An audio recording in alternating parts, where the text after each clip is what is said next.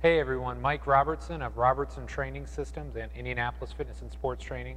Here with my good friend, Little Stevie, and today we're going to talk to you a little bit about self-myofascial release or foam rolling.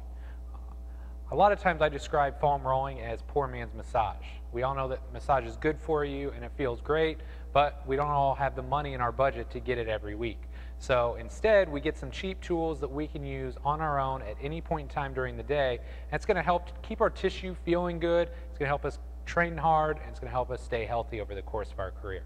So unlike a massage where you're paying $50, $60, $70 or more dollars per hour, total outlay for this is about 20 bucks. What I want you to do, go to Dick's Sporting Goods, Perform Better, Elite, go to one of these stores, pick up a lacrosse ball, which costs all of $2, and a black foam roller.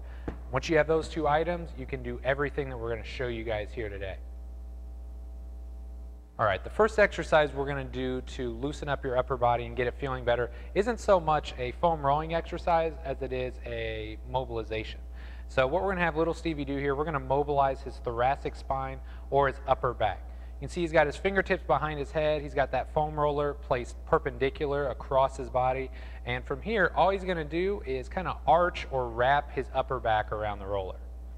He's going to hang out for about a 2 count, and then he's just going to scoot that roller up a little bit and do the same thing.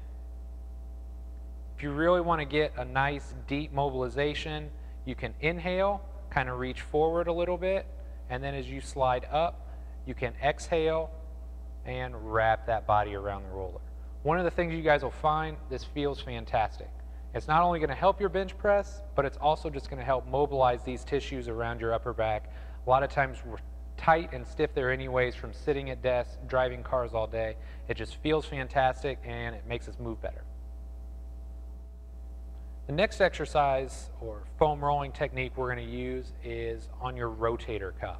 This can be really uncomfortable. A lot of times we have a lot of scar tissue or adhesions build up here. So this is going to help loosen that up, not only just make our shoulders feel better, but probably increase our shoulder rotation as well. So what Stevie's going to do, he's going to take that lacrosse ball, pin it underneath his shoulder blade, and then he's going to put his elbow on the ground. Once it's kind of wedged in there, all he's going to do is drive his hand forward and backward. His elbow stays in contact with the ground. He's just going to rotate forward and backward. Do this a couple reps, and then you can kind of move, reposition a little bit. You're going to find some hot spots, some trigger points in there. I can tell you guys from experience, it doesn't always feel good, but when you stand up and start moving around, your shoulders are going to feel like $1,000,000 bucks. So just play around with it a little bit, figure out what exact areas on you are tight or stiff, and really kind of try and work to loosen those areas up. Okay, the next muscle group we're going to work on is your pecs. We all know powerlifting, we have a tendency to strain our pecs a lot, so it's really important to work on our tissue quality here. You can see what Stevie's done. He's kind of wedged that lacrosse ball in between his pec and the wall, and he's just going to roll side to side.